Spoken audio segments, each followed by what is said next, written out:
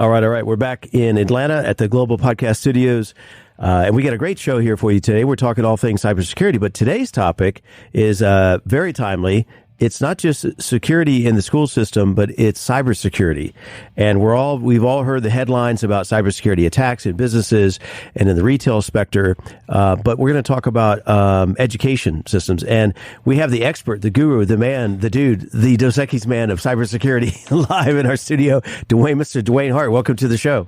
I'm trying to stop laughing. Yeah, I saw you. It's good thing it's not video. Yeah, you can pull it. You can make that happen with a podcast. Yeah. Speaking of video, so you've been doing all things in terms of your book is on the rise and has gotten lots of sales in that category. Your YouTube channel has always been very prominent, but you've started doing live stream on YouTube now, right? How's that been going for you? I want to be a TV star. Yeah, I know, right? Exactly. You're working your way there.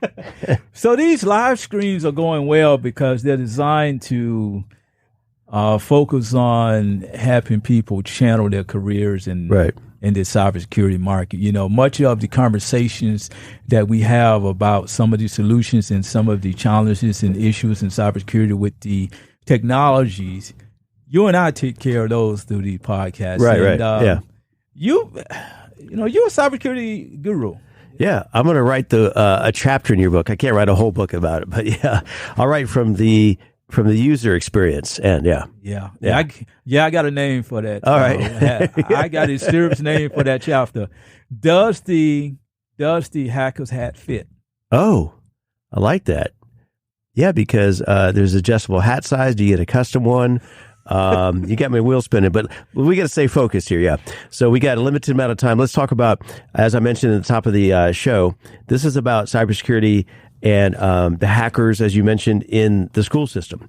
So talk to us about, in the last couple of years, what's been on the short list.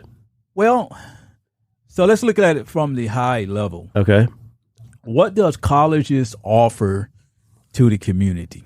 Education. Right. How is education now taken advantage of? It's through online access. Right. It's through sitting at home with your computers. Because now we're in this age where we're in post-COVID. Right. And most colleges and a lot of colleges really transition to more online, online type of services offered. And now what happens is that they're seeing that probably with these online services, we can attract more students, because everybody wants to go to school from home. So with that said, underneath all of the changes is a serious situation, and it's called cybersecurity. And, I just want to say that it's a serious concern because we're dealing with information and we're dealing with data and we're dealing with someone that is located in a remote location and logging on to a server that is probably located 500 miles away.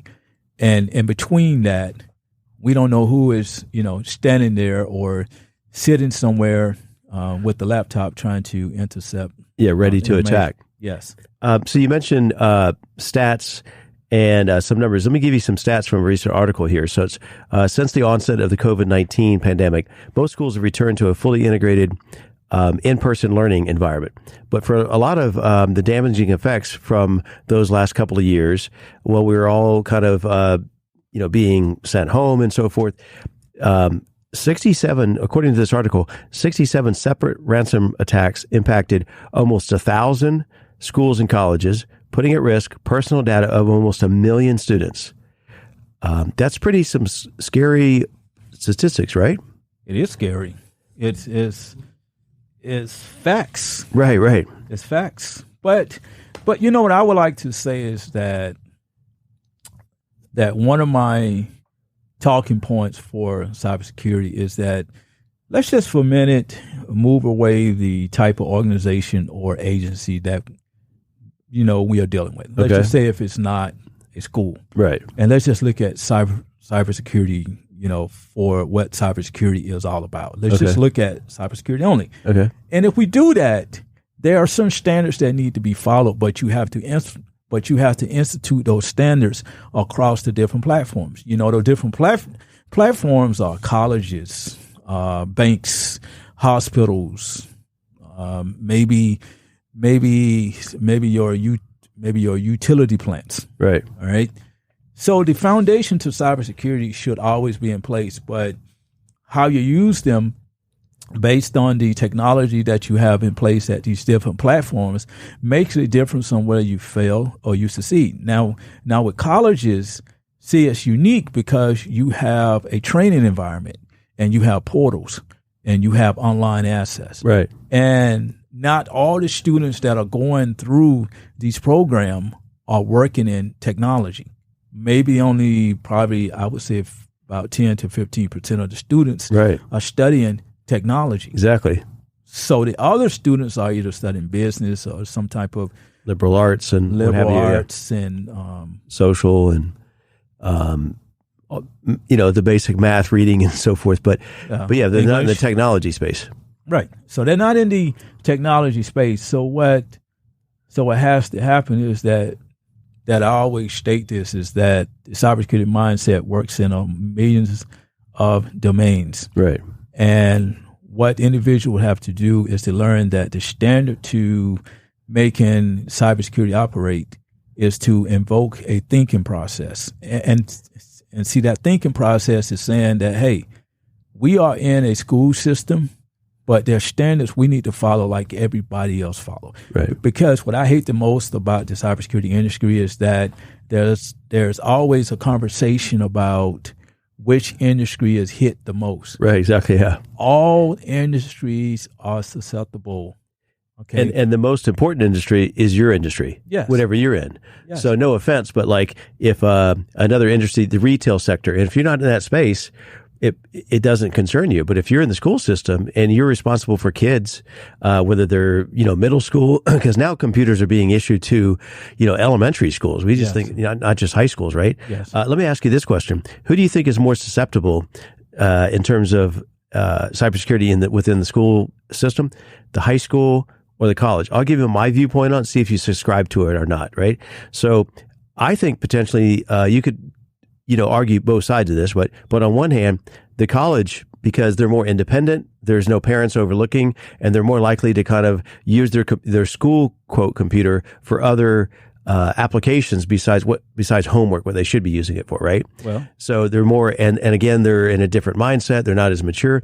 Now, the high school kids, in theory, their parents, if they're, we'll talk about this later, if they're instructed by the school system, the do's and don'ts of their computer, they're being potentially more monitored, right? So which is safer, or which one do you subscribe to? Why?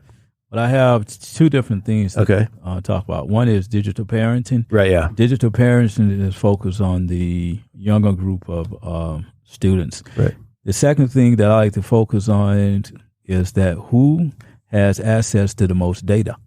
Okay, that's a good point. Okay, so when we look at this scenario, right, the youth don't have access to much data as the college students do. Right. Because college students have access to a lot of data, and it's personal data for the colleges. They have to put their Social Security numbers online, and a couple other informational things have to be shared. And you're dealing with other people, email addresses. Right. It's a couple other things that could fall into that area of data protection, but college students have access to more data, and the more access you have to data, then that's the more need of cybersecurity. That I subscribe to that. That makes sense. So, what do you figure has changed in the last couple of years related to? It used to be all homework was done with a book, and not much technology was involved. The only technology was more the record keeping of the school system, right? But now that we're opening the floodgates to everybody giving access to that, where are some potential, challenges, and what are some solutions to that? I would pretty much like to look at it from three levels. Okay. The first level is that we have remote access. Okay. Most people now are using online portals to gain information to their college classes or whatever, right? So you think about the number of people that use remote access. 50 years ago, everybody was in the classroom. Right. Okay. Yeah. So when it comes to data, people now do not go into their closet and pull that shoebox out, right? Right. And see what they've written down on a sheet of paper. Yeah. All that information is saved on a server somewhere. Right. And these colleges are saving information. Even from 9, maybe 10 years ago when someone used to go to the college or pretty much, was a student there, that information is still saved in a repository. Oh, yeah. Exactly. So when it was a paper trail, it's a paper trail. Right. And it was locked up somewhere. Now that third level that I think has changed over time is that we are in an age now where people feel more comfortable working from home and working remotely. Right. So their mindset has shifted from the presence of an office to the presence of being at home. Right. In the midst of all of this, we always like to say, okay, what type of mindset needs to be in place? Because you're not in an office anymore. You can't take your laptop and open up the window. Unless you're on a PC using Windows, Yeah, you can't do that. Right. So in terms of cyber attacks, ransom. Now in the article they mentioned that there were ransomware attacks, but I don't know. We've heard some stats about businesses being held hostage, whatever, right? But is there any indication that school systems have been susceptible to that as well? You know what? I would say yes. Yeah. Because I would never, ever try to downplay or shortchange cybersecurity. Right. Right. Ransomware can happen anywhere. And if you think about college students, and let's just look at the mindset of a college student. Okay. I need to do my homework. Good luck on that one. Yeah. Okay. I need to do my homework. Right. And they log onto that computer and they realize that there's a ransomware attack. Right. But they have to give up $25. Right. Okay, because they can't get to the portal. Okay. So if they buy into that and give up the $25, then they can get their class work done. Now, but that opens Pandora's box. Next time it's 50 or whatever, right? Yes, it's 50, right? But you would think about the number of students that are pretty much under that system. Right. It can be very, very smaller things as to a ransomware goes to a college, right, and locks down its servers. The whole university. Now you have 10,000 students out there that cannot obtain information for their classes, and students say, okay, well, since I can't start the class, then I want my money back. Okay, because they don't spend their money, to start the class. And the onus was on the university to protect, right? Yeah. And we think about access to the data, but as simple as their email, because most college kids are issued a email tied to the university. Yes. Right. And so, are there recommendations for putting contingency options in place? So you should have redundant servers with all that same data, but not tied together. And on a daily basis, whatever, do they kind of clone that to another server? What are some real world applications to kind of get one step ahead of the hackers? Okay. Right. I'm going to bring up a term. It's called PTC. Okay. Policy, training, and continuous monitoring. Yeah. A policy means that the college has a policy out that's strong. Right. That states how you're going to treat the university systems. Okay. All right.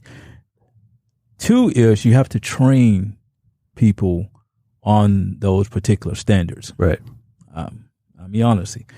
3 is you have to have a continuous monitoring program in place where you have eyes and ears constantly ongoing and watching what is really going on. Because I don't know if a lot of colleges have a security operational center that monitors their online portals. Right. Most of the security operational centers are pretty much concerned about trying to manage the internal systems that the college own, or like all the professors use and the dean uses, for the professional use, not the student use.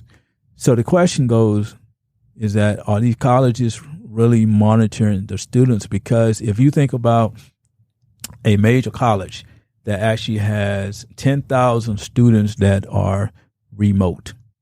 Right, yeah. Okay. And you There's have 10,000 possible different scenarios, right? Right. Yeah. Right. So you have to really think about the way that you protect that data. And, part of it is that most colleges are probably using a VPN tunnel so that their students can log on. That's kind of the way I think it may work. But it still goes back to PTC. Right. PTC will save you. Okay, policy, training, and your continuous monitoring. And your continuous monitoring is kind of going into the question that you pose. Right. Is that what type of software applications and all the technologies that you have in place, and making sure that they are operating. Yeah, you could kind of encapsulate that. What's your protocol? Yes. Right. You have to have a playbook, just like you have a curriculum for your class throughout the year. You need to have written down in writing a plan. Here's what we're doing on a daily basis, monthly, quarterly, to kind of check in. But also, and then the training is to educate the professors, the students, the staff, and so forth. So much like you've talked about the military application, and in business, everybody should have that, wear that hacker's hat, have that mindset, right? Throughout. So, you talked about in the last episode about the military and being the first line of defense. Yes. Right. See, so that should be implemented at the university and the high school level as well, right? Playbook and resource guides equals the cybersecurity mindset. Yeah, and security. Right. Now, equals security in your system as best you can do. There's no magic pill, whatever, right? But if you're not taking proactive steps on it and don't have a process in place, just like in business, you can't just wing it, right? Wow, dude, man. Well, you sound like a cybersecurity expert over there. Don't make my head too big here or whatever. Yeah, but no, right. It's a fascinating, it's a very, we were talking about an article before, every business, it's somewhere in their psyche, right? What if, right? And you can't, be an ostrich and have your head in the sand, but at the same time, you got to do other stuff. You got to live in the real world. Right. But you got to understand there's hackers living in the hackers world. There you go. Hackers world. Yeah. Hackers world. Well, that's a term that is used throughout the military. Okay. And it states that if you are ready, then you are always ready. Yeah. Okay. That is that proactive mindset. That's proactive defense. That's part of the human firewall theory. Right. That is having that thinking process in place where you're constantly engaged into cybersecurity, because cybersecurity is ongoing. Yeah. So if cybersecurity is ongoing, then it only makes it smarter if normal people are ongoing as well too. Right. So it's really kind of makes it easy, right, for everybody. It's kind of like in business terms, it's like you don't rely your entire finances just to your CPA or the finance department. Everybody within the organization should be monitoring, how are we spending money, right? Are we wasting money? And a red flag should appear if the statements aren't jiving, right? Uh-huh. You don't have to rely on the annual review of your statement. You should be monitoring just like your personal bank account. I got a call yesterday. I was doing some withdrawals, and the bank called and said, hey, there's been some suspicious activity. And they actually locked down my account until it was verified by me, right? So transpose that into our topic today about cybersecurity within the school system. One last question. We're running out of time here, but one last question, kind of on topic, but a little different angle to this. Is cybersecurity being taught, at the college level in terms of, a career? And is that built into some of the curriculum, do you feel, at this point? Well, cybersecurity is taught as a field. Now, but do you think universities have a designated, not a degree in that space, right? But is that a course that people can take, cybersecurity 101 kind of thing, right? You're talking like a user awareness course. Okay. I believe most colleges do have it. Oh, that's cool. In place. And And I think it should be in place prior to any students using any of the college services. Right. A user awareness course should actually be in place as well. Most organizations make sure that individuals go through that 1 hour training on like user awareness. See, and it should be almost like a test, right? In other words, I'm sure some high schools, middle schools, colleges are probably already doing this. If not, just the aha moment would be like, we're not actually even issuing you your computer or your email address until you've passed this test, right? So you can train them, but what are they retaining, right? They can sit through an hour, but it's like your driver's license, right? You can study for the license, but you don't get handed that license until you pass the driving test. So, well, you know what? When it comes to training and people will have a lapse. Right. So that's where in the phrase PTC, okay, and the C at the end, which is your continuous monitoring, comes in place. This is where the eyes and ears are monitoring, the people that have been trained. Right. Okay. Now you're trained. Now we trust you, but you know what? We're still going to keep our eyes and ears on you. It's like a famous president said one time, trust but verify. That's right. Right? That's right. Zero trust. With zero. Proven guilty until proven innocent. Yeah. The traditional ways was to trust but verify. But as now, we move to a zero trust architect out here. It means that you don't trust at all. So, once an organization moves to that level, I think they'll be a whole lot safe, because with zero trust, like you have a lot of security zones in place. So you're really being authenticated and verified at so many levels. Right. Whereas the traditional method means that once you get access, then you was good to go. But now with zero trust, no. We still need to do verifiable checks as you progress through the system and use these applications. Speaking of good to go, we got to go. All right. On that note, man. It's the end of this magical hour here. Yeah. So, Dewayne, it's been a pleasure once again to have you in our Atlanta podcast studios here on the Global Podcast Studios Network. And Rich Casanova here, just adding my 2 cents. And my 2 cents are now up to probably a nickel at this point, right? My education on cybersecurity. Man, you have enough to go out there to buy yourself a new hacker's hat. Oh, nice. Well, you definitely have the silver dollar on this topic and subject matter. And speaking of that, again, check out DewayneHart.com. Everything we've talked about on the podcast, his book is available there, links to his YouTube for the live stream, so forth and so on. So rather than giving all kinds of social media handles and websites and domain, DewayneHart.com. You'll check it out. Everything's there. And we'll look forward to having you back in the studio and your upcoming podcast series. Okay. Take care. And again, we'll see you next time right here with Dewayne and Rich. I don't know if that's the name of a show, but yeah, we'll be here.